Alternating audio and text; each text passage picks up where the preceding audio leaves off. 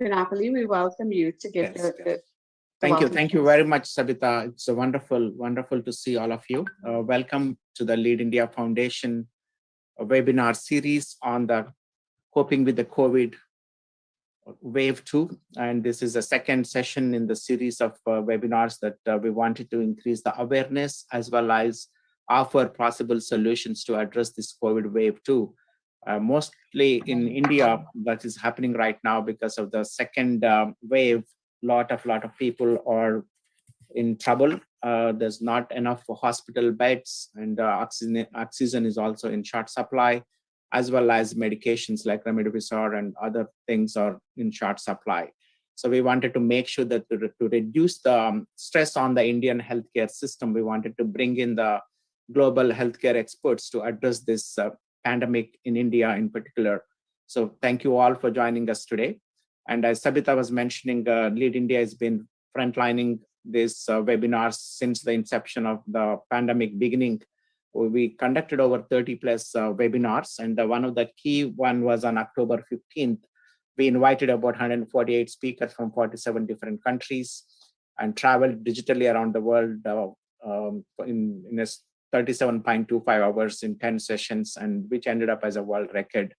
And also we did honor the 111 power women in India on the International Women's Day on March 8th in Bengaluru. And these are the kind of things we are trying to do to help the communities in general. And also we are partnering with a lot of universities in India to enable the students to protect themselves from COVID and also volunteer to protect their families and friends and neighbors in India. All of these things are helping in many ways, but now the pandemic has gone viral and a lot of lives are at risk. And that's the reason we are bringing in Dr. Mahendra Dewal from Boston, who's a vaccine scientist, and we wanted to hear from him on the insights of the use of vaccine as well as why people have to get vaccinated. And we have our Margaret, she's a retired nurse from US Army, and she's kind enough to be with us and to share her insights. And then we have one more person who is very interesting, Dr. Naila, who's going to provide some mental health related things because a lot of people are under stress because of the COVID waves. Then we have our keynote speaker today, Dr. Sushir Gandotra, who is from Pennsylvania, is an infectious diseases specialist, and we welcome you all to this August gathering. And every insight that you're going to provide definitely save many lives back in India and possibly around the world. So we welcome you all. Please share your thoughts, feel free. And our Arun Ayagari is going to be your moderator. And after your 7-minute insights, he's going to ask some relevant questions and maybe some questions he must have captured from the viewers for the last few sessions. And thank you, Sabita, for putting this together, Narasimha for taking the technical lead, and we have our secretary, Srinivas Guduru, who is going to provide the closing remarks end of the session. Dr. Ram Moruri from India, joining us from Ground Zero. Welcome you all and look forward to listening to you. Thank you so much. Thank you very much, Dr. Harry. And together we brought this webinar as a team, and we could not have done it without your leadership. At this point, I'd like to ask Nasima to play the Indian national anthem for us as we all rise.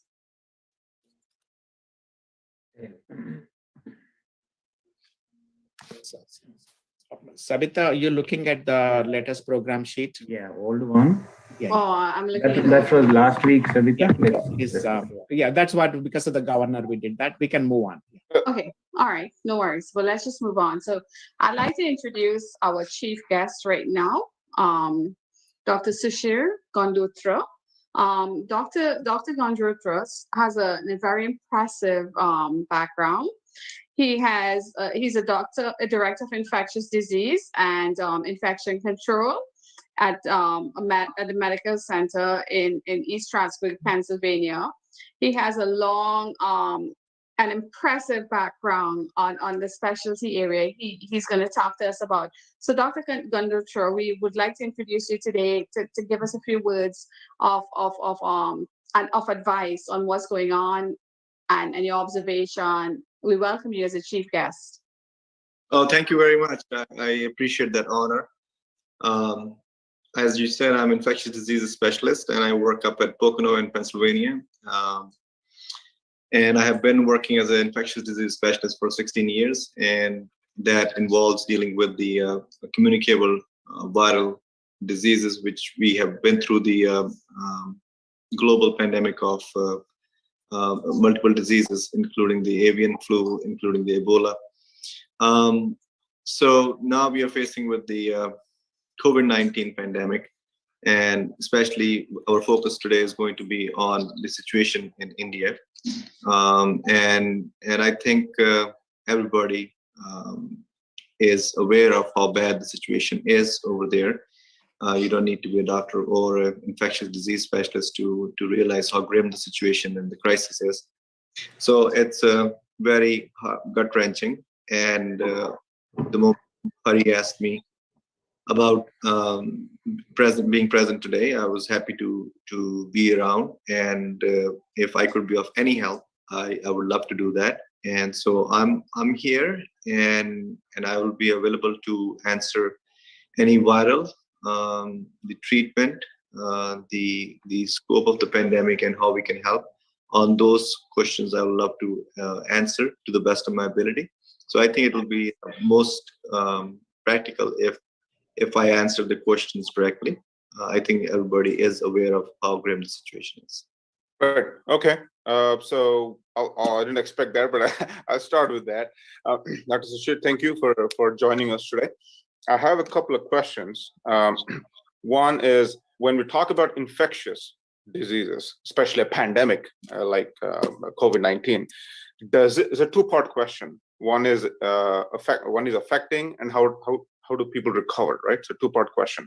So does it affect people of different races differently from different regions? For example, people in Central Africa, right, where it's really hot, versus people in Northern Canada, versus tropical climate like people in India. This is my personal question.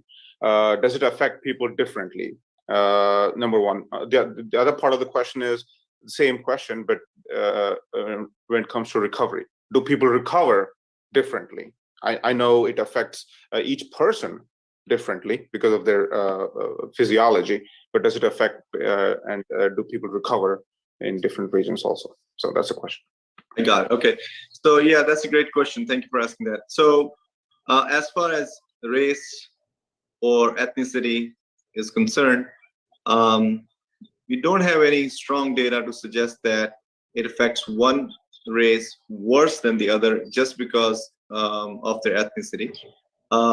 It comes down to certain other variables, including does that person based on the race or ethnicity, it belongs to a lower socioeconomic status, or is having less access to medical facility.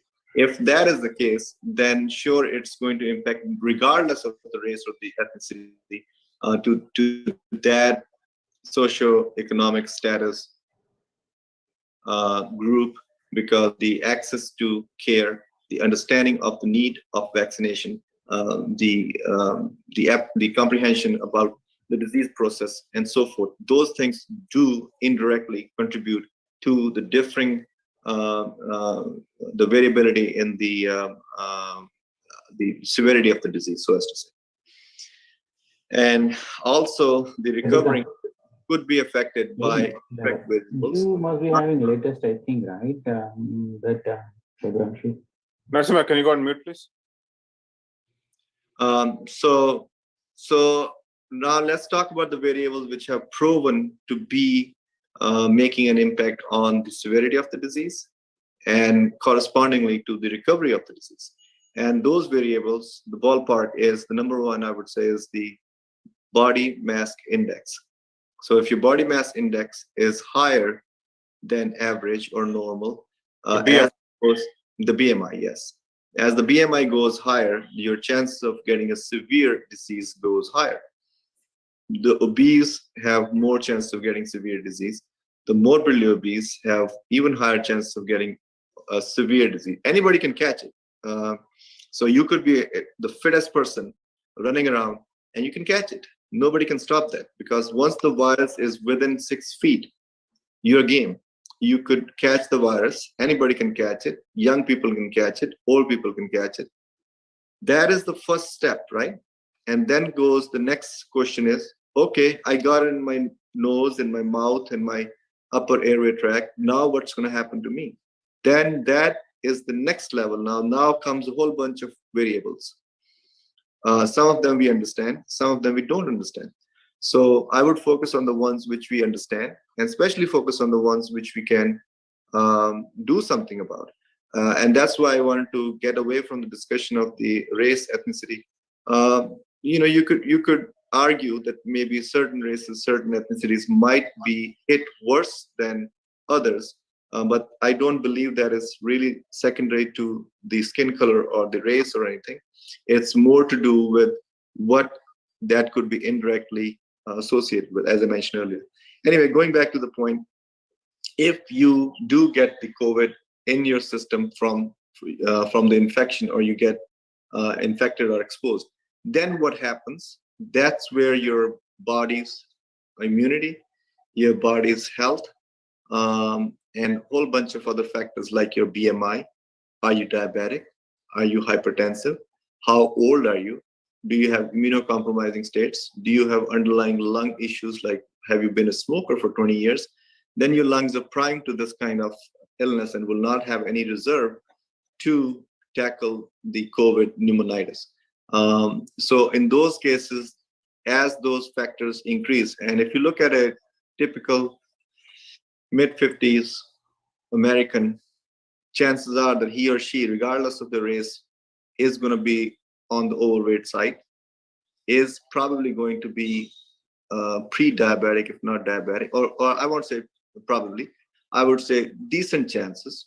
1 in 3rd, 1 in 4th American has diabetes or pre-diabetes, depending on which data you look at. Does that person have hypertension? Interestingly, the hypertension has been more associated with the severity than diabetes.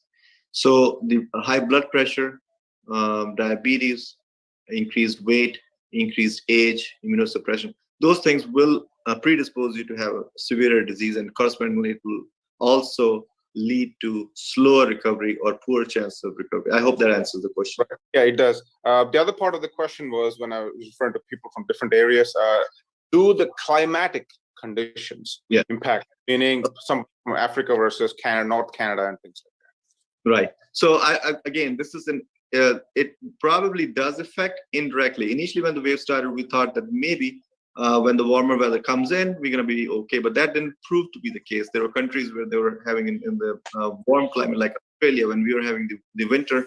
Australia was having summer, and they were being hit hard. And so the COVID wave marched through the different weathers, didn't have any regard for summer or winter. But again, indirectly, it will make an impact, because now we're talking about summer, and now you're going outside. You're having your weddings and gatherings outside. The more you stay outside, the less chances of spread, less chances of getting infected. So the same 20 people, if they gather inside a hall versus outside on the field, it's a dramatic decrease in the chances of them getting infected. So yes, indirectly, if you are in Africa or India, or for that matter, any other warmer country, you are going to be outside more, and that'll decrease the spread. Right. The other question is, why does from the time a person gets infected to the time the person actually realizes that he or she is infected, why is there such a time lapse? Why doesn't it happen right away? That's a great question. So yes, that's just the way the nature of the beast is.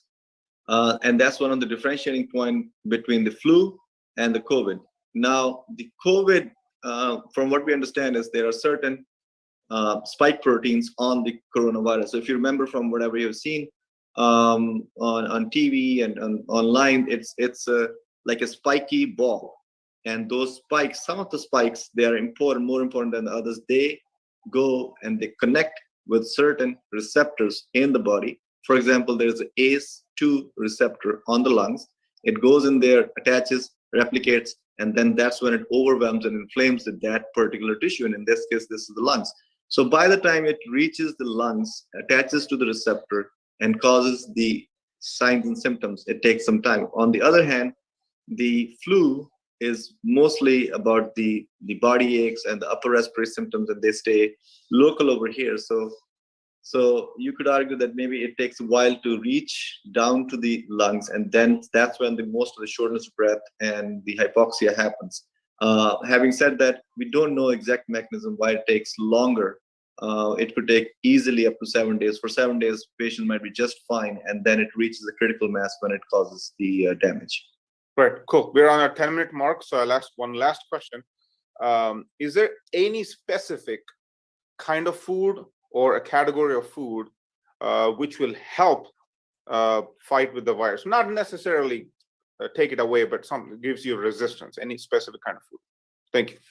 Sure. So there have been tons of talks and discussions about vitamin C, vitamin D, multivitamins. None of them really prove to be useful to prevent getting the infection or improve the chance that it's not going to be a severe infection. Having said that, I am personally a believer that you need to be in good immunity status, good health, good lung capacity, and that way you might not be able to stop the virus going into your nose and causing infection, but you will have a much better chance that you will fight it off much better. So it just makes it's common sense that if you are doing the right things, eating healthy, running around, and doing some moderate exercise, you will be in a good shape to fight off any infection, whether it's COVID or not. So yes, indirectly, eating healthy and taking your vitamins, even taking vitamin C, should help you in fighting the COVID-19 better. Having said that, there's no clear proof that any of the vitamins do actually decrease the disease severity. Thank you very much. We're right on time. We appreciate all your inputs, Dr. Sushir. Thank you again for joining. No problem. Sabita, please go ahead with the next speaker. Yeah. Thank you, Dr. Sushir, for joining us. Please stay on course as long as you can. I know you. I will. Okay. I have another 15 minutes. There may be some more questions coming your way later. Thank you so much. Yes, sure. Thank you very much, Dr. Sushir and Arun.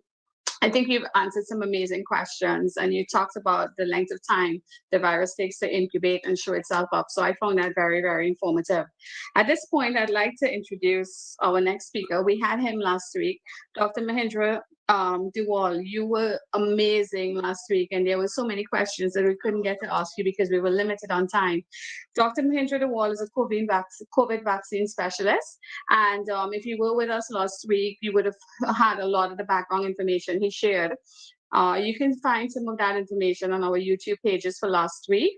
At this point, I'd like to bring on Dr. Dewal, and he's going to share with us some more updates and talk some more about the COVID vaccine. And there was just one thing, and I know Arun is moderating, but someone reached out to me to ask about the level of doubt and uncertainty around vaccines.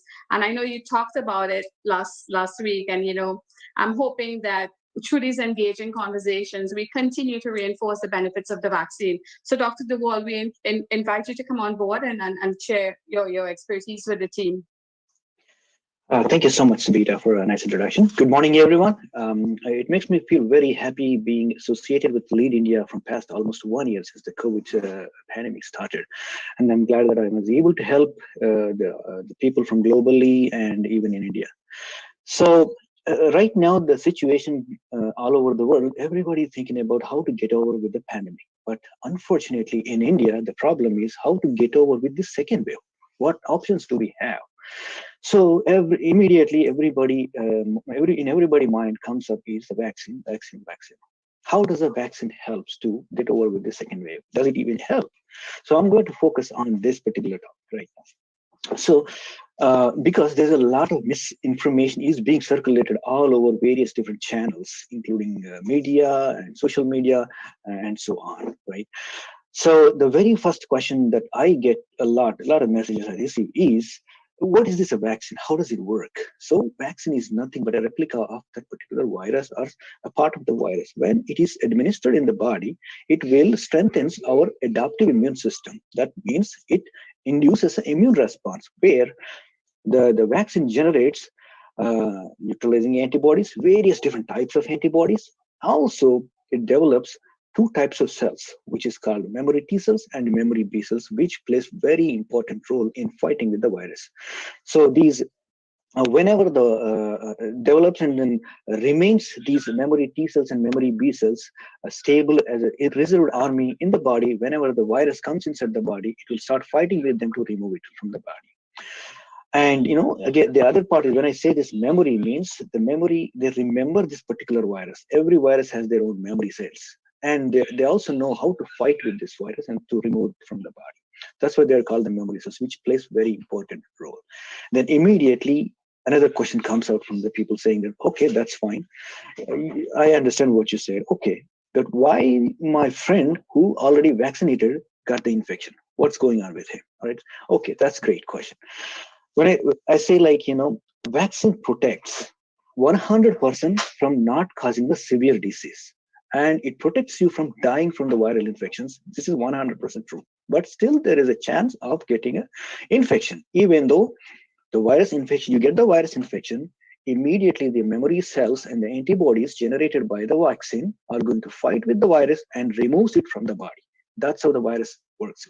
Even though the virus vaccinated person got the virus infection, because the virus initially it starts with the upper respiratory tract, nose and throat, right? When the virus load is higher in these parts, you are still able to infect everybody, even though you're vaccinated. So there is a fight going on, ongoing fight, which takes a couple of days to get over with, right? Still, you will be infected. And the other question immediately people ask me is what kind of vaccines are available? Which one is the best? What I say is, so far in all over the world, approximately 12 different vaccine candidates, 3 different types, but 12 vaccine candidates are available. The first vaccines are mRNA-based vaccines, Moderna and Pfizer developed. The second is adenovirus vector-based vaccines, and the third one is inactivated virus-based vaccines. Let's talk about what available in India. There are 2 types of vaccines available in India. One is Covishield, which is developed using a inactivated virus vector. That means it's a cold virus, it's an adenovirus, it's a cold virus. It is properly engineered, it's a replication incompetent, it is safe, and the genetic information associated with COVID-19 is incorporated into that virus and administered to induce the immune response.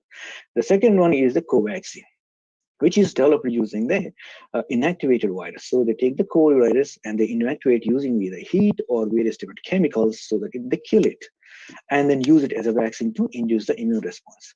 And when you ask about the safety, both are equally safe, and both induces the immune response, rapid immune response, so that they can remove the virus from the body. So any vaccine is better now. There's no way to pick which one is good or bad. All the vaccines are good. Every authorized vaccine is good and best. And then another question immediately comes up, which is, does the pregnant women and children can take the vaccine? So in the beginning, when the clinical trials are started on all these vaccines, the pregnant women and children are not included. So recently, Moderna and Pfizer started clinical trials on thousands of kids from 6 months to 17 years. Right now, their phase 3 clinical trials are ongoing. So that means children cannot take the vaccine yet.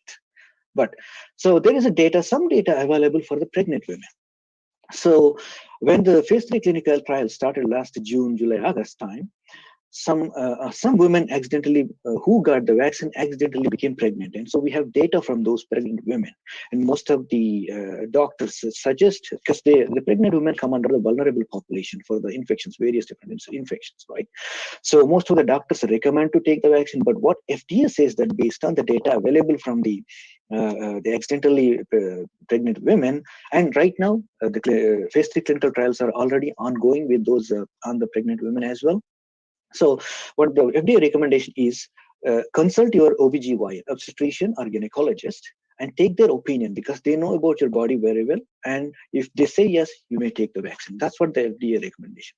The last question before I come to the Q&A session, Arun, is, does these vaccines work on these new variants, new strains? How about that? Right? So that's a great question. So absolutely. All these variants are, because this is called antigenic drift. very, very small changes are happening. All these variants are more rapidly spreading, but not.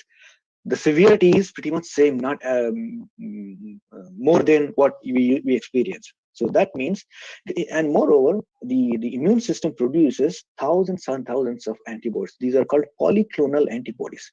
Even though, let's say, 100 antibodies are produced, one or two may not be working, but 98 perfectly works to get rid of the virus from the body. So that's what the vaccine works. So all these vaccines, there is no doubt about it. So that get vaccinated, protect yourself, protect your near and dear. That's what I would like to say. Thank you so much. Thank you, Dr. Deval.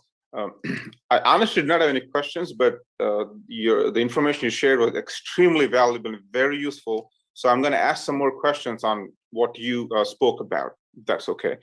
So first of all, sure. You mentioned about different types of vaccines, right?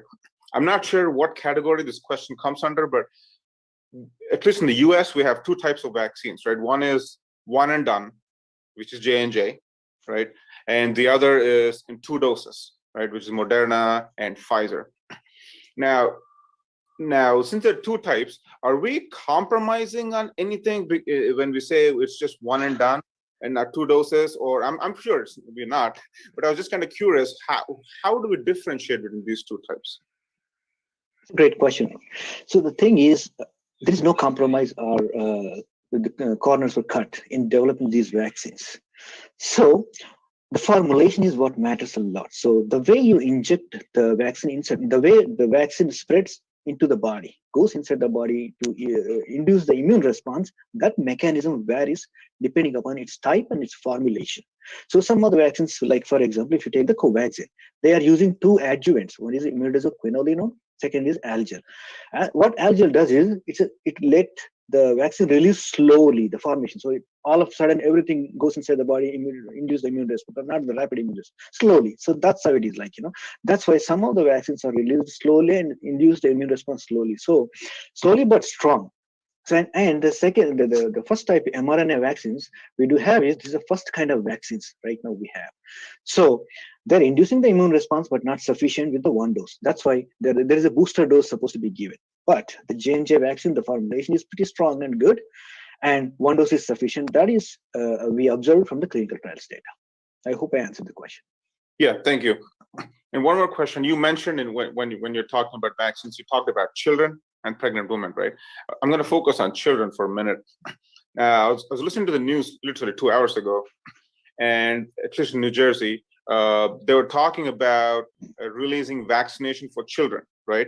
Now they're talking about 2 age brackets. One is above 16 years, and the other was 12 to 15 years bracket, right? So now, who decides this threshold? Why is it 16, and why is it not 12 to 14, 14 to 17, or something like that? What goes into that decision making? It's another great question. So it's not who, what decides is the question to be asked. Like the data, okay. Ultimate data, how the vaccine is being, how safe is based on the data right now, and data as well as the comorbidities. So when the clinical trials are being conducted, there are 2 criteria: inclusion criteria, exclusion criteria. So the people will be excluded in the beginning phase 1 stage based on XYZ parameters like the comorbidities and age and so on and so on and so on. So like you said, the Pfizer-BioNTech mRNA vaccine, based on their safety data from the preclinical studies and phase 1 studies, so they went up to 16 years. So now at this moment, 16 and above can take the Pfizer-BioNTech vaccine, but not the same case with the Moderna.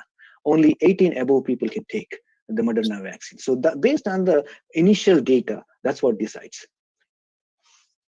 Right. I just have one more question on the chat. Please go ahead. Yeah, on the chat group here. We're talking about different waves of vaccination. I'm sorry, waves of the COVID, virus. Right? First, first wave, second. So now, currently, India, focusing on India is in second wave. Now, they're also predicting a third wave, right? So, is there any way, aside from common sense precautions like wearing masks and not attending huge gatherings, is there anything people can do to not to be a victim of the third wave and fourth wave and so on and so forth? The very first thing to control the waves is vaccines and medications, number one. Number two, these are called pharmaceutical interventions. Number two is non-pharmaceutical interventions, which is called, you mentioned, which is a face mask, sanitization, social gatherings, avoiding social gatherings, and social distancing, so on and so on. Apart from that, and most important thing is healthy lifestyle. Living healthy lifestyle is very, very, very important. Getting sufficient sleep, taking nutritional food, at least keeping active lifestyle, which is what is going to boost our immune system to fight with any infections. So that's another very, very important thing. I always suggest to anybody ask the question. Cool. Thank you very much, Dr. Deval. That was my pleasure. Really valuable information. And thank you for your time and thank you for joining us. Thank you so much for the invitation. Thank you, Dr. Deval. So I know you're juggling 4 sessions today and truly appreciate, and you are the most sought after person during this crisis, but thank you so much. The help you are providing, the guidance and saving many lives. Thank you so much. Sir. My pleasure. Thanks for having me. Thank you. Thank you. Thank you. Thank you, Dr. Dewal, again, and we hope to see you again sometime soon with us. At this point, I'd like to invite Nasima. Nasima is one of our directors at the Lead India Liberty Foundation. Nasima is going to share the Dr. Kalam's video for us at this point. Yeah, thank you, Savita. Let me start playing.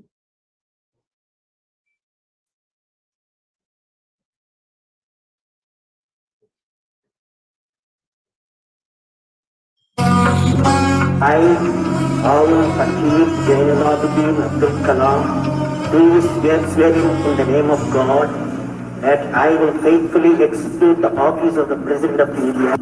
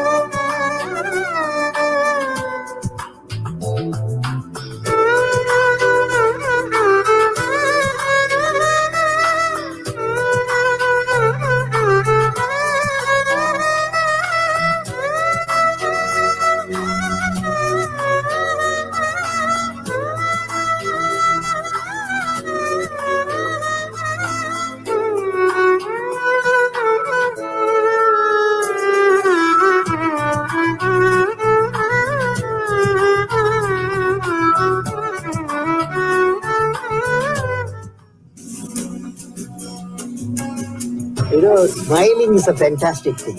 If you smile, the whole day will be smiling. If you don't smile, they will not smile. So it's like, make it a habit to smile. It creates a lot of friendship, a lot of happiness.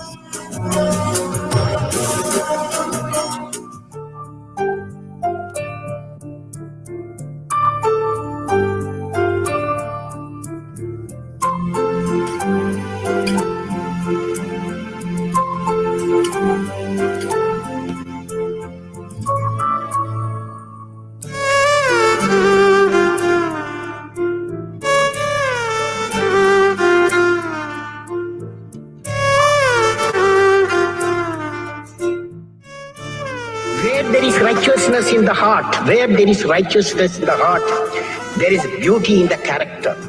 When there is beauty in the character, there is harmony in the home. When there is harmony in the home, there is harmony, there is an order in the nation. When there is order in the nation, there is peace in the world.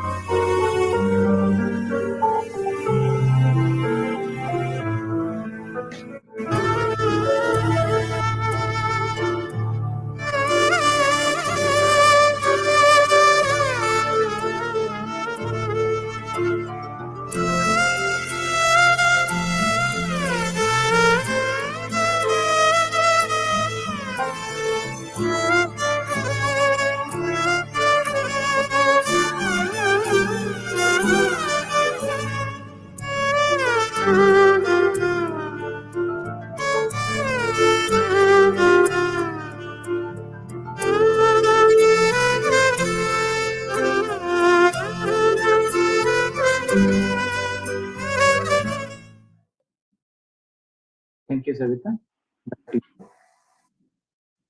Thank you very much, Nasimo. And looking at that video, Dr. Kalam had some really, really inspirational words. Something that stood out for me was, when it was quoted, as he said, take life one day, 1 hour, 1 minute, 1 second at a time.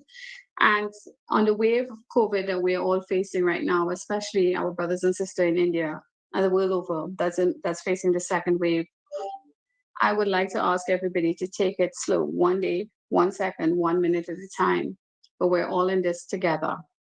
At this point, I'd like to go into our next guest speaker, Dr. Baraki. Dr. Naila Baraki is a naturopath educator. She's a holistic professional healing arts practitioner. She's a certified educator, coach, addictions counselor, Reiki master, and she owns Chakra Wellness Collaborative LLC. She has over 3 decades of experience. Her compassion, human, earthly approach allows her to help others make a positive difference in their lives and then help them to transform. Her ability to empower others has gained her the description of a transformational coach. Naila has taught the business of health for health professionals at the New York College for many years. And she was featured on New York Daily News, Essence magazines, among the others. Naila has written a book, an Amazon bestseller titled Answering the Call. At this point, I'd like to invite Naila Baraki to share some words of advice with us. Thank you, Naila, for joining us.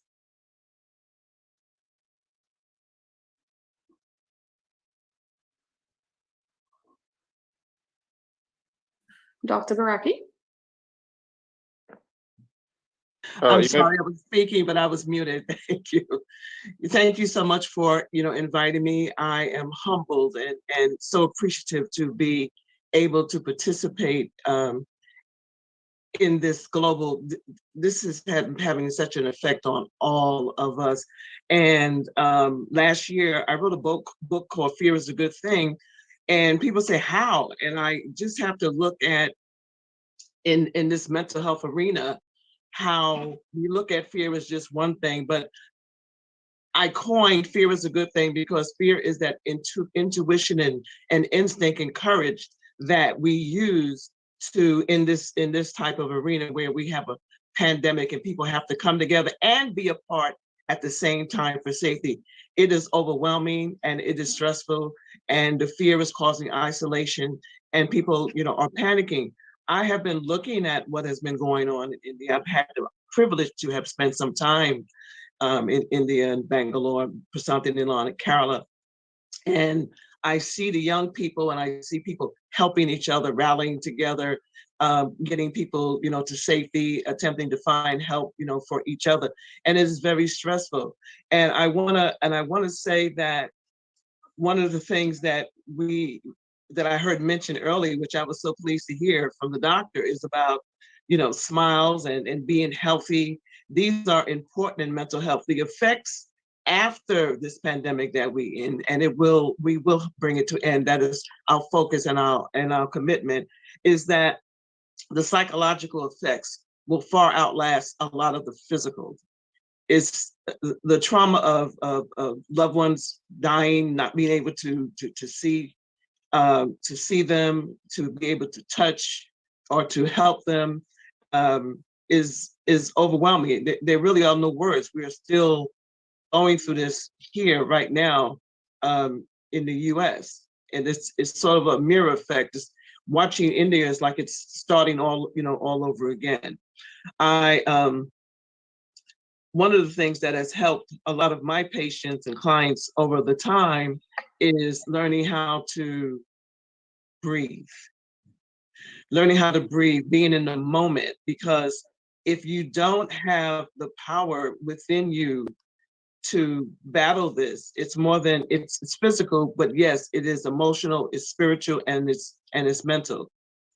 And we have to be able to overcome this by using our inner resources. And one of our best inner resources is breath, is our breathing. Just taking the time to slow down, and to breathe, to get that much needed sleep, to be able to position ourselves to help others. I am here in the US, and so I would love to be able to do something virtually. There's a movie on. Oh, hello? Okay. All right. So one of the things I like to include in my talk that might be helpful to a lot of people is that we have to apply psychological first aid. And this is not something that is you have to have a therapist for, but it's because no one who experiences disaster is untouched by it. So psychological first aid is the set of skills that helps the communities to help to care for their families themselves by providing support during this traumatic event. And it's a community health and individual psychological process.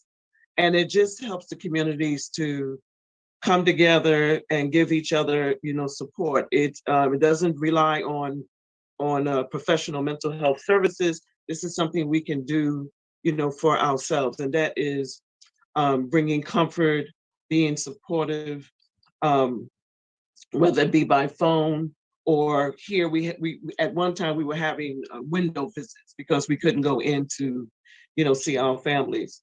The psychological footprint after the medical footprint, it greatly exceeds the medical footprint, but they go together, because if you don't have good mental health, it's very hard to heal. If you're not taking care of the physical body, it's very difficult to function productively in your emotional health, and it's very difficult. And I've seen the children here, the young children who are wearing masks, and we have to do that, but it also has a psychological effect because they can't see the smiles.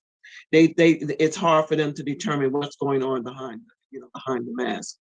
So all in all, here we need to make sure that we're safe, that we have some shelter, which is hard, and remove each other from, help each other remove from harm's way, follow good dietary protocols, breathe, sleep, eat properly,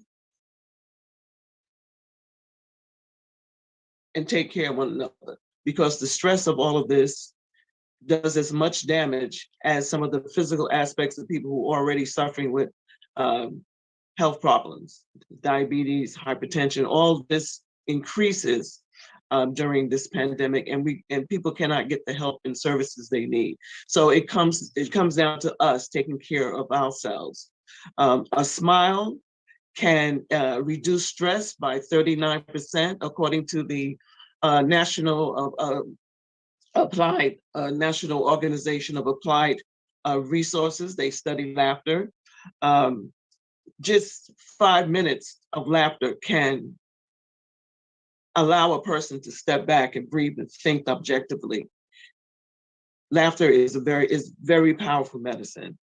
And I'm just wish that we can do more from so far away, but at least it's important that we have tools that we can use on ourselves, that we can use together with our families, whether we are together or apart. That will help transform our bad fear of this panic, isolation, and into that good, healthy fear, as I say, to use our instincts and our intuition and to be as healthy as we can at this time. It's a difficult time. Does anybody have any questions? Hello, Dr. Manaki. That's great. Great speech. This is Arun. That's great. Yeah, nice to hear that. That's one aspect or one dimension of this whole pandemic, which is not receiving, unfortunately, as much attention as it should. I know we're focusing on vaccines or focusing on preventing COVID medicinally and otherwise, but we're not focusing on this mental aspect and the impact it has on people. Great, thanks for great insight on that. My only question was, vulnerable population, should they need to take extra care, and how can they do that? Meaning, like older population and maybe pregnant women, right? And children or infants. So children especially, how can they handle stress and any mental illnesses differently from other population? Well, that's a great question, because mostly they're isolated. You know, if they're not in the family, some of the elder people are, isolated. And some of the things that we have done is, unfortunately, talk through doors, talk through windows, just checking in on them. Maybe someone can bring them, food and leave it at the door, even if it's just 5 or 10 minutes, just to know that somebody is there for them. The children need, reassurance. They are actually a little bit more stronger than a lot of the adults. They recover a lot quicker. And pregnant mothers, really, the nutrition, and sleep, and using the good fear, again, not being overwhelmed and worry. Worry does not bring any positive results. And just being mindful, of the breath, and realizing that there is a ray of sunshine through this. We have to look at, we will overcome this, because some people don't see how.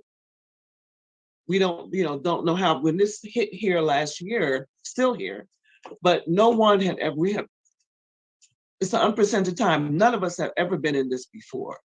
And so we had to look to each other to find out, how can we take care of each other? Because it's always the people. It's always the communities. So from the large community into smaller communities, families, the elders, create inner circles where we can check on each other and still be safe. We can still communicate however, we can, and still keep ourselves safe. Meditation, calming, visioning, exercises. I don't know if everything is shut down, but if you can get a breath of fresh air, take it. Find that inner peace within, because we have to have hope. Because without hope, it doesn't matter about medicine. Really, I know medicine is very, very important, but the mindset is very important. And laughter. Listen, even if it's a fake laugh, the physiologically, the body doesn't know that. You will still have the benefit. So look at you, you're smiling. Doesn't that feel good? And it affects you as well. Except it's not fake. It's not fake. It's an appreciation. It is. Yeah, we're upon time, but thank you, Dr. Manaki. This is all amazing. That's amazing information, and it's something, it's not tangible, so people don't attention to that, but thank you for that. Sabita, take over. Thank you very, very much, Dr. Baraki and Arun. And I'm going to keep smiling. No matter what, I'm going to keep smiling.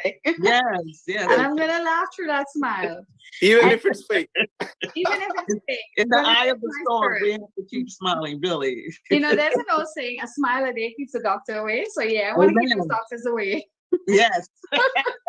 No offense, doctors, but No offense, but thank you again, Dr. Baraki and Arun, for such great moderation. At this point, I'd like to introduce our director, Nashima. He's going to share some amazing statistics, some alarming statistics. And I was looking at the history of when the numbers started to trickle, to rise so alarmingly in India. And I was not able to pin down the start of any one day. So Nasim is going to share with us the alarming statistics. And, I want to add some insight, and we brought it on now because it ties in so well to what Dr. Baraki shared with us. And, far too often we see these numbers and we get overwhelmed. So let's talk about these numbers, and let's talk about the recovery through the numbers as well. Nasim, you're up. You're on mute, Nasim. Hey, thank you, Savita. Sorry. So these are the numbers unofficial. These are pretty much tied with the ground zero here, So totally 300 million people tested so far, from the day pandemic hit on the ground. Out of that, 22 million confirmed. But good news is recovery is going up, so 18 million is recovered already. And the active cases are dropping. That's good news. And sorry, we have so many losses, life loss here, So if you go by state, very high numbers are there. To see that 41,000 hit, actually, this is a weekly data, I guess. But recovery also increasing. So we are trying to do our best from Lead India and our panel doctors to educate the people on the ground so that, don't worry, Don't panic, right? Sabita, what's that? Don't panic too much. Yeah, don't panic, More, our goal is to, if you can treat yourself at home, isolating, that's the best. Because sometimes you get severe disease when you go to hospital, So these are the states but recovery is going well, but we still need to help, on the ground people, yeah. This is the current situation in India. Savita, over to you. Thank you very much, Nasim, for sharing that data. And we thought it was important to share the light at the end of the tunnel. Those green arrows show the increase in recovery rates. So even though, the numbers have been high, as we look at the spread across India, we are seeing that there is good work on the ground. We are seeing that people are recovering. We are seeing that we are fighting the virus. So I think that was really, really helpful news, Nasim. Thank you for sharing this glimmer of hope to show that recovery is in sight. If we do the right things, if we take the right precautions, I think we can take charge of this situation and we can manage it. Manage our expectations, so to speak. So thank you again, Nasim, for sharing your screen and sharing that data with us. I appreciate you and everything the team is doing. At this point, I'd like to go into, well, before I go into that, Arun, do you have any questions on the data we just looked at? Yeah, I think I was just thinking about the data. Just one quick question, more clarification for all the participants and the viewers.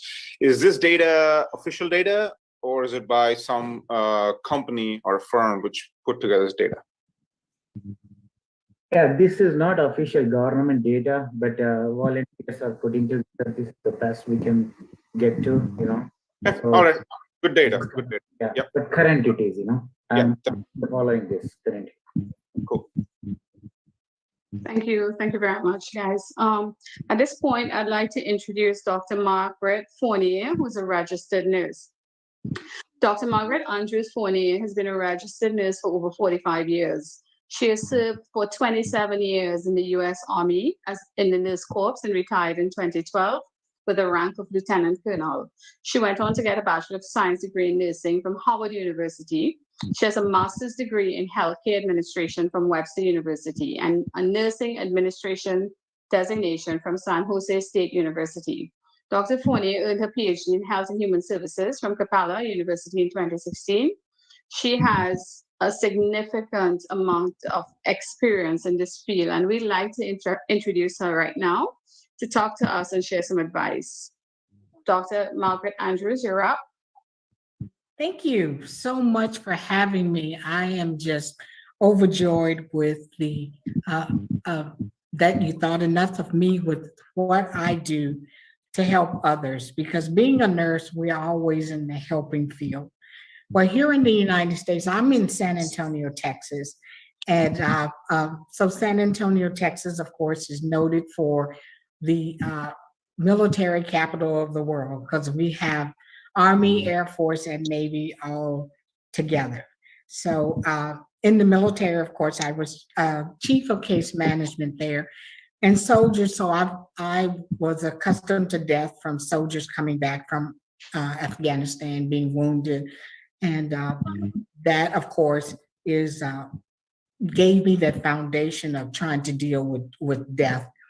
The current for the United States, as far as COVID go, we are hitting 600,000 deaths, and COVID-19, you can't talk to anyone where COVID has not affected their lives one way or the other, either a death or that they know someone who has died from COVID.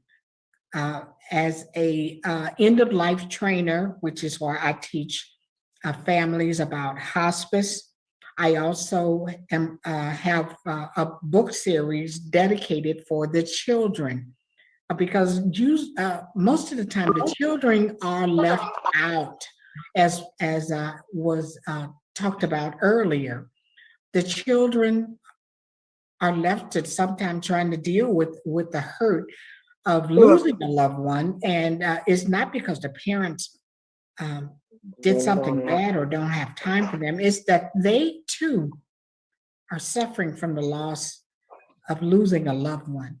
So my series of books are created for the children to explain what death and dying mean. And I use koala bears animation for my books, so that and I talk about the Bible and the creation and why we have to die. So I give them a biblical and spiritual beginning, and also talk about death, because still here in the United States, and I'm sure probably in India too, death is still a taboo. And a lot of people don't like to talk about it. But we need to be prepared. It's like preparing for a birth. When you prepare for birth and death, you are more in charge. You take lead for those that will be left behind. So the books that I create are for parents as well. I also have audios for parents who still can't start that conversation, even with a book. The audio can be played with the family there, providing compassion and support as they listen to the book. The book is animated with voices, talking about all the things that they go through. This is from a child's perspective of what they're going through. And families can listen in and be able to, when kids ask those questions, you can lovingly provide answers. So that's the calling that I have been granted from my father, my Holy Father. Being a nurse for over 45 years, I've seen death through personal. I have many, many friends that have died from COVID. I have many family members that have recovered from COVID. I myself have not been affected. I got both my vaccines. I got my vaccines early in January, and I had the Pfizer one. And I'm 66 years old, and so staying healthy, I owe that to the military, because the military taught us with physical fitness to be able to attack our enemies, and COVID-19 is an enemy. So I still do my running, sit-ups and push-ups, healthy, antioxidants, watching what I eat, drinking lots of water, because staying healthy is the best way to boost our immune system. I still wear my mask everywhere I go. I still try to social distance, and I try to educate and motivate all those around me. Our church last Sunday, cooperated with the University of Incarnate Word here in San Antonio, Texas. We had doctors who are nurse practitioners, as well as myself, and a lot of med students who volunteered to give the vaccines to the church and the local community. And of course, with the vaccine that we have drawn out for those when it was when we still had some left over, some of the nurse practitioners got into their cars and drove around the community to educate and to give the vaccination for people who decided that, yes, we want to be protected. And although there are still some who are skeptical of taking the vaccine, we educate. We let them know that we will be here when they decide to take it.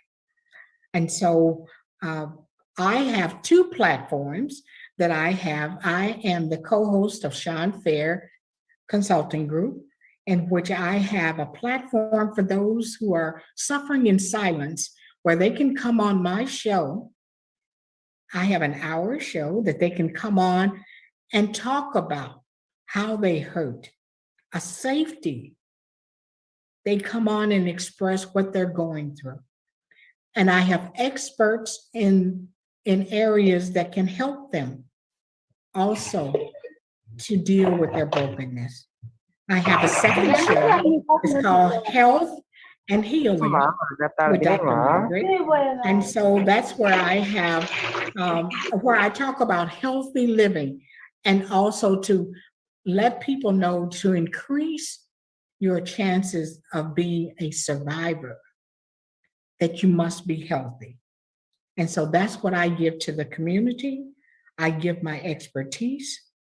I give my leadership ability and my compassion to all of God's people. And I'm here to help. And I'm so blessed and grateful for the opportunity to share what I do. Thank you so much for inviting me. And if there's anything that I can do, please, please let me know. Thank you so much. Thank you, Dr. Margaret. That was amazing, and that was an amazing, compassionate angle to our whole conversation today. Talking to kids, I really like that. How to talk to them, because not just COVID, not just any pandemic, any situation. That's a great mantra which applies. How to compassionately talk to kids, especially in a situation like this, where they need more compassion, more openness. They might be hesitant to talk. So I really like that book concept. I would love to read that sometime. Really great. And I'm going to steal your thunder. On a lighter note, I'm going to steal the thunder a little bit here, because it's not just San Antonio, where I live in New Jersey. We have a base with all three. We have Fort Dix, Army, Lakehurst, Navy, McGuire Air Force. That's my base here. So, okay, I'm going to steal a thunder a little bit. Right? Well, we are all one. We are all one. So I'm glad you brought that up, because that means more help in New Jersey. Yeah, exactly. So thank you very much. I don't have any specific questions, but just one generic question. Is there anything else you would like to add in how to deal with kids or children in general? If there's anything else, if you covered everything, that's fine. But I thought maybe I can show my book. This is the book. This is one of the books, and I have another series. But as you can see, this book has the animation, and I use koala bears. Yep.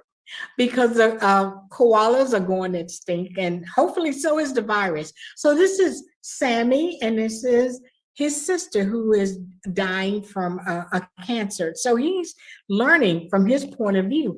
And so I have animal friends there. So that's for the children, and they're going to read stuff that talks about how Sammy is sad because his sister has died. And so just different stuff. So it's calming, it's fun, but it's information about what life truly is and dealing with death. Yeah, cool, perfect. Thank you very much. I don't have any more questions. Amazing information. Sometimes some things, Margaret, they sound simple, and yet they have such a powerful impact. Right. The way you talk about a compassionate way, if I may, of talking to kids, that's just one of those things. Absolutely amazing. Thank you very much for joining. My pleasure. Yeah, Sabita, please take over. Thank you very much, Arun and Dr. Margaret. And, I don't know if anyone else is feeling it, but when Dr. Margaret was speaking, I just felt so at ease, and there was just a general comfort with your tone that you put me into this meditative state. So thank you for that. Oh, my pleasure. I did. I'm raising my hand. Did you feel it? Did you feel it too? I felt it. Seriously. Yeah. So I felt it in a sense of peace just listening to you. So thank you for that gift. And I see Dr. Baraki has felt it too. Something you said really, really hit home to me, Dr. Foni. In 2018, I was living in Malaysia. And, my husband was in Houston because he had been transferred here. And I lost my father very suddenly. Mother's Day, actually, this weekend is going to be 3 years that I lost him. He called me on Mother's Day to wish me happy Mother's Day. And he was gone within 24 hours, very suddenly. My father was fit as a fiddle, got a massive heart attack. This was 2 days before my son's final year 12 exam. And you talk about pain and dealing with pain, and I was in such a spot because I kept a lot of it within, like I couldn't cry, I think for me it was more the shock. And I could not help my son, I saw him, he was struggling with his pain, but I was internalizing my pain. And, for me, we had to reach out to some counseling services to help us through it. So I think it's important, and I'm going to grab that book that you talked about, and how to process the pain. In India, every day I turn on the news and I see, all the bodies being cremated, and I am sitting in the US and I can feel the pain because I know what it is like to lose someone very close to you.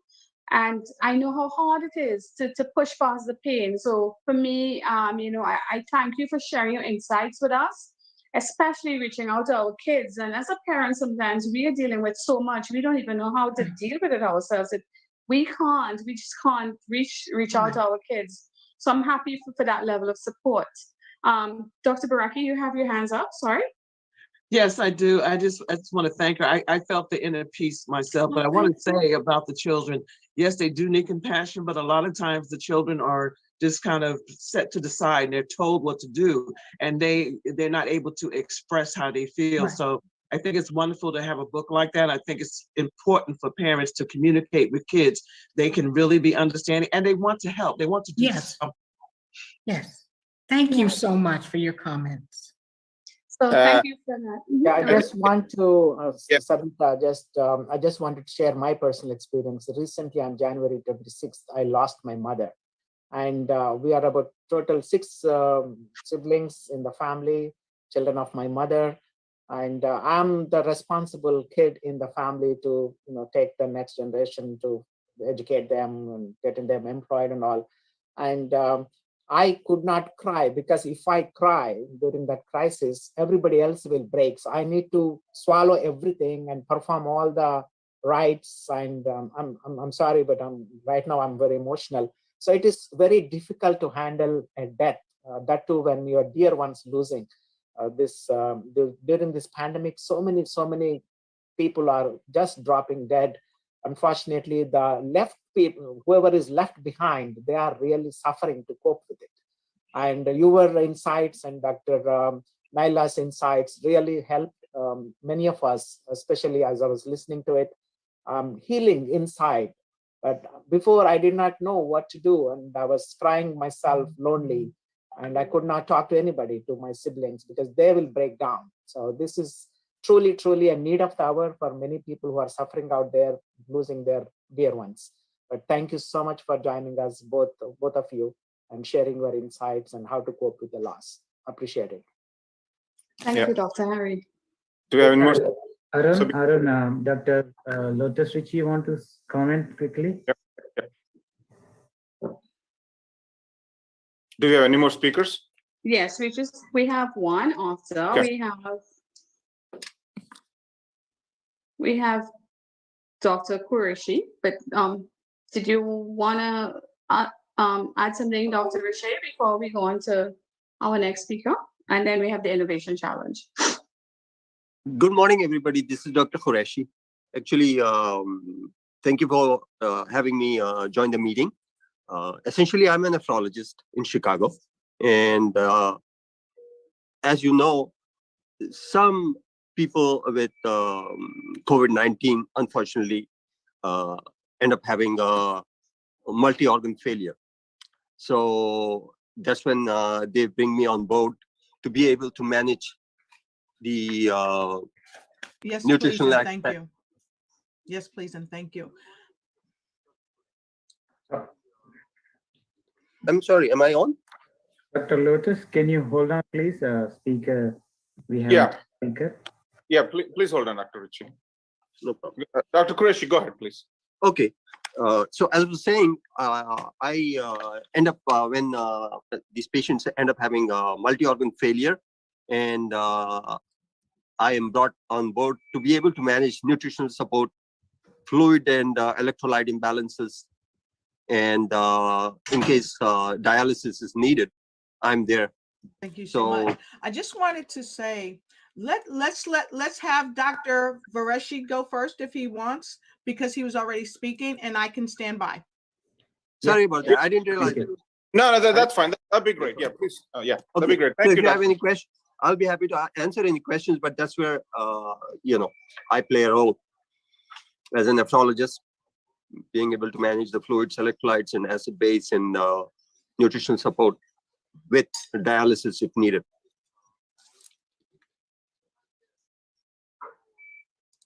Arun, we have any questions for Dr.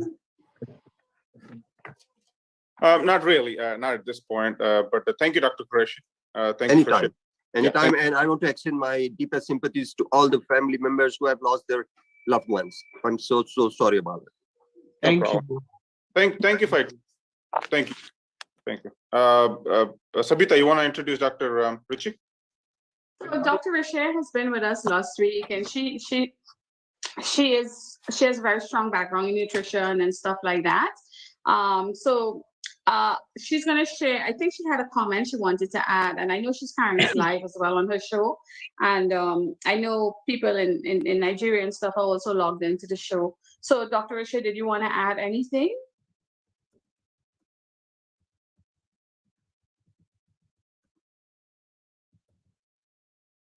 Dr. Lotus? Yep. So I think we may have lost her, but Please unmute Dr. Lotus Ritchie, unmute and speak. I think she got disconnected. We'll wait for a minute or so. I think she got disconnected. No, Lotus Ritchie is on. She's muted. Oh, she's on. Okay, all right, yeah. Okay, fine. So please unmute Dr. Lotus Ritchie. Yes, Yes, please, and now thank you are you. on. Thank you Please so go ahead. much. First, I'd like to say thank you to everyone here today that have come together to help us share this information globally. I am so happy that I am here. Okay, can you hear me now? yes, we can. Okay. Okay, can you hear me now? Okay. Okay, very good, fantastic. I'm doing a multiple broadcast, so that might be why. Okay, all right. So again, thank you to everyone here today and to the world that is helping us share this amazing information. In respect to what Dr. Baraki shared and Dr. Margaret Fournier has shared, I am humbly honored to know that I am connected with these ladies because, as you know, Dr. Margaret Fournier and I, we speak frequently, and over the past 2 months, I've lost about 6 family members. This week we buried a family member, and right now we have my mother's sister who's in the hospital. Here's the thing. Dr. Harry shared that he had to suppress his feelings.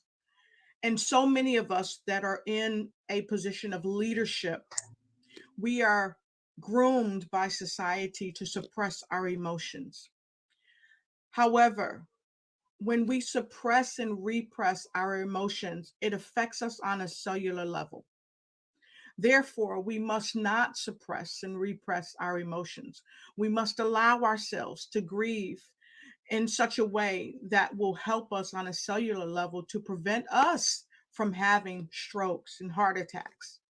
And so, Dr. Margaret Fournier, your book is wonderful. And yes, I have her books here at home. And I suggest that all of us around the world come together to express our emotions of grief and loss in a way that is going to be conducive to the longevity of our own lives, but also to the lives of others. And Dr. Baraki, she didn't share this earlier, but she's also known as Dr. Laugh a Lot. And she made a powerful point, whereas she shared that laughter is in fact one of the best medicines that we can have. And so we need to engage people in laughter like we're doing here today, because we've all laughed. We also need to share information with people about the things that can naturally help us, as well as medicines, but also that it is okay to talk about death, grief, and dying, as Dr. Margaret Fournier has just wanted to say, globally, men are taught, men, you do not cry. Men, you cannot cry. You must be the strong pillar. But here today, Dr. Harry shared, it is okay to be connected with what you feel in your heart and to let it out. And I encourage people to do the same and deal with the grief, death and dying, in such a way that it help you on a cellular level to continue to be healthy. Everyone that has sent out words of encouragement, peace, and love to those who have lost family members and friends and coworkers. Thank you very much. Thank you. Thank you. Thank you, Dr. Ritchie. Thank you all the speakers. I think that was a sheer. Dr. Ritchie was the last speaker, right, Sabita? Yes, and yeah. Before we wrap up, I'd probably ask Nosima to share the Innovation Challenge video, but Arun, after you're done, we can introduce that. Yeah, I just wanted to, on behalf of Lead India, our sincere condolences to every member who lost their loved ones, be it friends or families or anybody they know, anybody they do not know, right? Sincere condolences. And thank you, Dr. Ritchie. Thank you for that insight. I do not have any specific questions. So thank you, Dr. Margaret. Thank you for your service. On a lighter note, one great thing in today's panel is I teach, Margaret was talking about military, just one little thing. I train cadets in the Air Force, and I see a lot of discipline and timing. All of you speakers was absolutely spot on, absolutely on time. You guys gave great inputs, answered the questions amazingly well, and what a wonderful panel today. Sabita, don't you agree? Absolutely wonderful. Absolutely. I thought what we brought was a bit of a difference because we went from the heart. Today we really went from the heart. Far often, we love and appreciate all the medical advice that keeps our physical body on the external, strong and protected and immune. But who's dealing with the inside? And I think that was really important that we got to dig deep, and each of us have felt pain. For me, this weekend is always a terrible weekend when it gets to Mother's Day for me. But and Dr. Risha talked about internalizing the pain and dealing with other complications like strokes and stuff. My mother got a massive stroke 6 months after my father died. She lost complete mobility on her left side. So yes, we have to let it out. And, I thank Dr. Harry because he stood up, being a significant leader and a position of power as a male authority figure for standing and speaking up about, feeling. And that's important, to all our brothers in India. Whatever position you're in, it's okay to feel, and we are feeling with you. And we've all felt hurt in the last year or beyond that. And we just want you to know that it's okay. It's okay to stop and say, I need this time to heal. I need to let it out. And that is important, Arun. And I'm happy that we were able to bring the softer side to this virus today. Something very nice. That's all I wanted to share. And Sabita, I think Narsima can go ahead with the innovation challenge. Thank you so much, Dr. Lotus Richie, for your partnership. And we invite you for every session to carry this live to your media globally, wherever your presence is. Please join us as a partner with Lead India. We welcome you onto our advisory board, and your profound message really means a lot to many souls out there who are listening to us. Thank you so much for joining us today. Yeah, Narsima, please go ahead. Thank you, Arun. Thank you everyone for joining Lead India today. And Lead India is a bigger organization and promoting different programs. So this is one announcement I want to bring it to you. This is an announcement to Lead India Innovation Challenge. As a precursor to this world record webinar, Lead India Foundation conducted an innovation challenge for the youth on sustainable inclusive development on October 2nd, 2020, to offer solutions for providing affordable quality healthcare and education, protecting the environment, establish peace and harmony, economic development and employment generation, and empowerment of youth and women. The final winners will be announced on October 15, 2021. And solutions offered will be used for sustainable inclusive development of adopted areas. You can submit your ideas at www.leadindia.us and be part of our global network of impact innovator. The ideas are pouring from all over the world. Each idea is carefully evaluated by professional team of jury. So let's see one of the idea, how communities are benefiting with the innovation challenge. I'm going to share my screen and show you one of the idea only because of the time. So give me a second.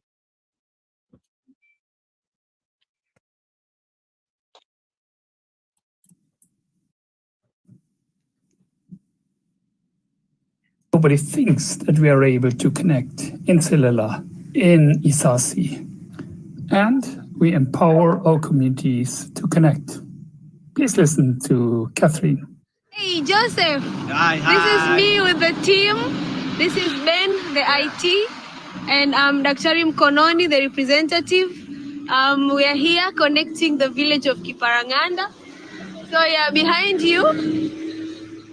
us, is the the antenna, I think. Yeah, it's very long, and but yeah, so far so good. The internet is very strong where we are, and yes, this is by the roadside. Yay, a very potential place. So yay. Basic internet. Thank you for connecting one more village. Peace.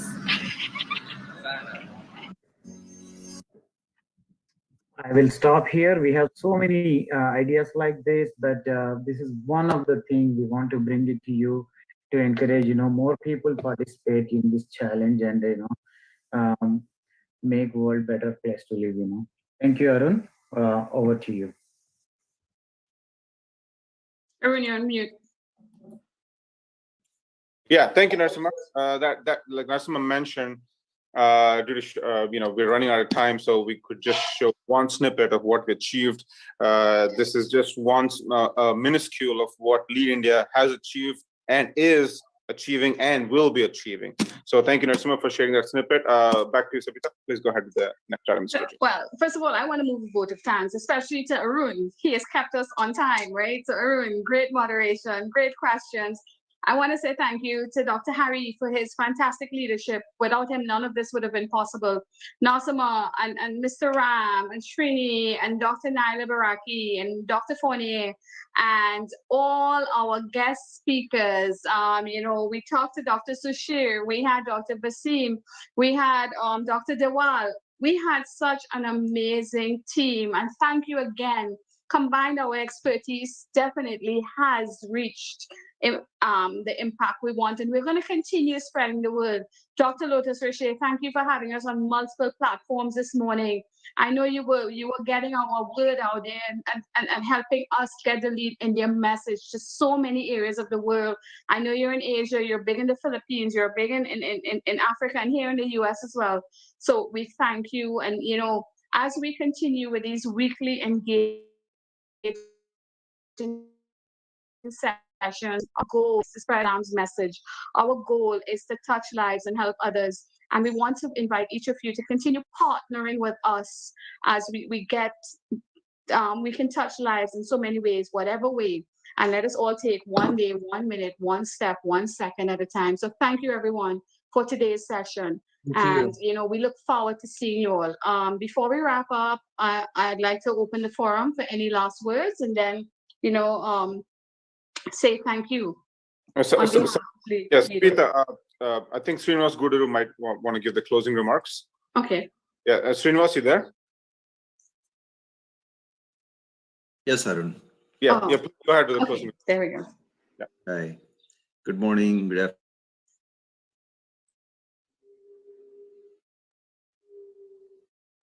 We lost you. Srinivaru, we cannot hear you. I think we lost you. Yeah. Oh. Okay, yeah, we can hear now. Yeah, please go ahead.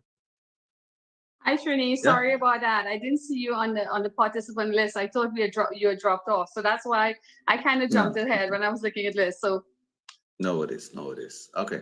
So you can hear me well now? Yes. Okay, fantastic. Yes, please go ahead. So once again, thank you all, ladies and gentlemen, who gathered here to share your expertise, thoughts, and concerns, as well as offer solutions to this great pandemic that we are going through in India, as well as all over the world. And together, I think we can fight this out. And again, we can make another history saying that mankind can work for its own benefit as well as to preserve the mother nature. Anything we do against the nature is something which we have been experiencing. We have more carbon emissions, we have ozone layer depletion, no trees, then we don't have rains. So anything that goes against nature is coming back in a bad way to mankind. So let's respect human beings as well as the mother nature and everyone else on this planet, so that we all can coexist together peacefully and contribute to the mankind to well-being. About the COVID, you all have expressed a lot of views, and many statistics have been shared. Now, I think the very unfortunate thing is, like, before, a death used to be something very serious and very heart-wrenching. Now death has become a number. So every day you're hearing that thousands of people are dying, and we kind of got we have nothing to do. So there is nothing else but to accept the numbers and try to fight it, and move on with a positive spirit. That's very unfortunate. Right now, the infrastructure, India was able to fight the wave 1, and we are much victorious containing it in a very short time. But wave 2 caught us with great surprise and has spread very fast, took a lot of lives without anybody's even getting prepared. So with the kind of number of people being impacted, infected, and dying, I think there is nothing any kind of infrastructure, any amount of money can be poured in to take control of the situation. I think that is the unfortunate situation. We are running out of oxygen. We don't have enough medicines. We don't have life-saving equipments like ventilators because it's not enough compared to the number of thousands of people who are admitting into hospitals and who did not have the luxury to get into the hospitals, dying home, dying on the streets. It's a panic. It's a war type of situation. You have no time. You have no time to fight it, and no time to really gear up yourself. And COVID did not give us any time. Very unfortunate. From wave 1 to wave 2 has been very aggressive, and we hear that wave 3 is going to be much more aggressive in August, especially for India. I'm hoping the world stays safe and save our loved ones from the death. So I know this all pouring, this information is pouring everywhere on social media, everywhere. But what we can do, I think that's something which I think we should recap and try to alert ourselves and keep fighting. What I can do as an organization, Lead India has, under the leadership of Dr. Hari Appanapalli, has started fundraising, trying to send as much PPE equipment, life-saving medicines, and organizing food drives. As an organization, we already started this, and many of the NRI organizations within US, they are also raising funds and trying to send life-saving equipment to India on a war footing basis. So all the organizations can do is request its membership and spread the word, spread the awareness. That's very important as to how to safeguard yourself, how to safeguard your family, and also how to safeguard the community as a whole. So that is the part of the organizations, the responsibility of organizations, and try to mitigate the panic information that is flowing outside. Educate the common man.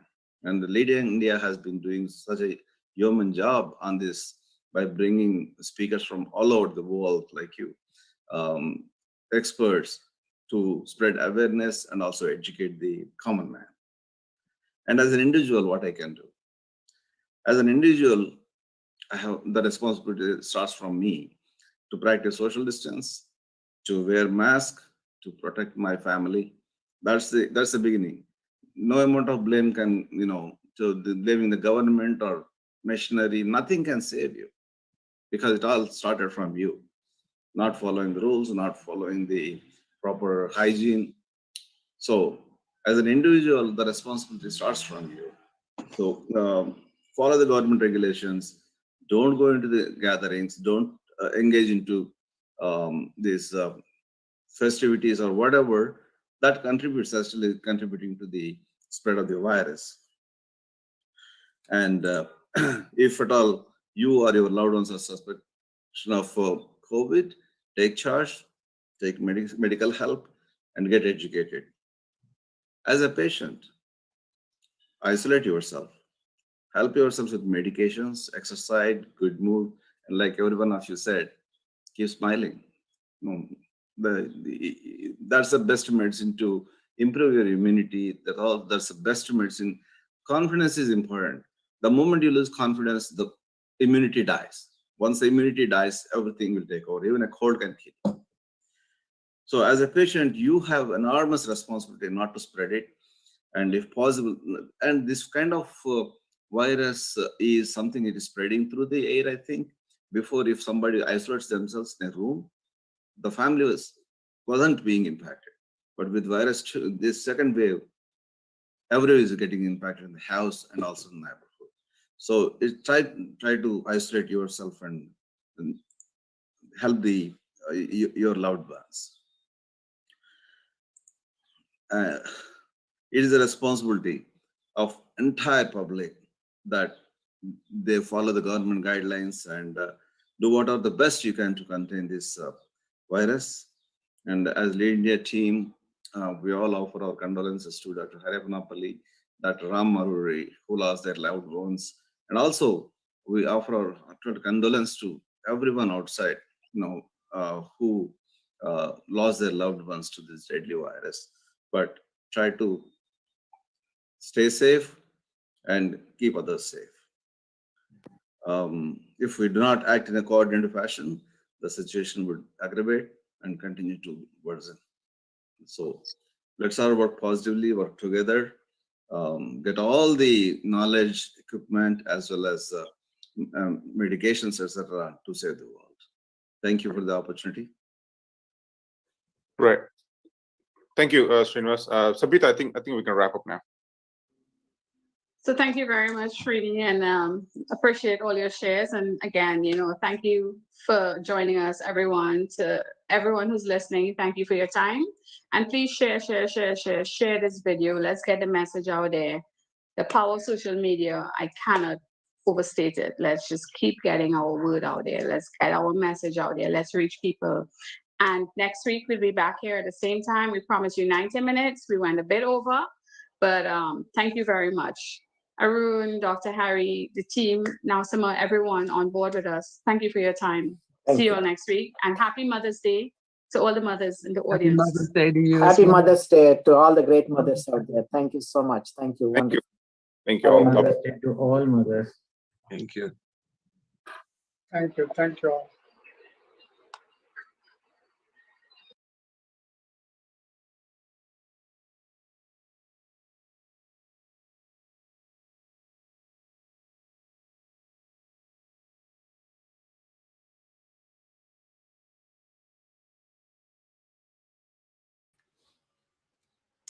I would like to thank each and every one of you for joining the wonderful broadcast today, along with Dr. Sabita Singh, Dr. Harry, Dr. Baraki, Dr. Margaret Fournier, and all the folks who were on the panel today. I want to say a wonderful thank you to you, and I will be back momentarily after this brief commercial, if you will. We'll be right back. Okay. Thank you so much for joining us here today. Give us one moment and we'll be right back.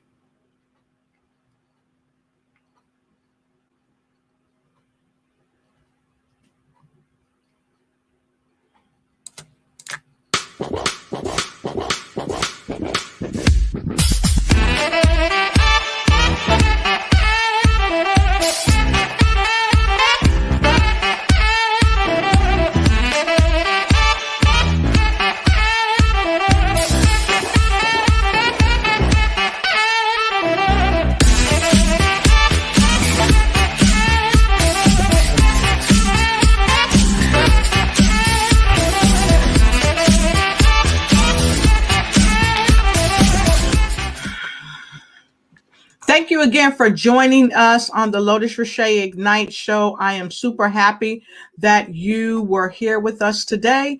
Please continue to support the Lead America or Lead India program. We thank you and we look forward to connecting with you in the future. Many blessings to all of you around the world. Thank you again, and join us again next Saturday at the same bad time, same bad channel. Many blessings to all of you, and thank you again. Have a great day.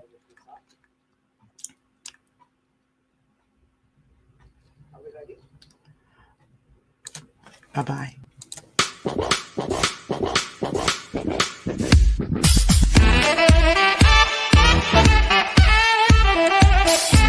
Thank you to all the panelists for Lead India.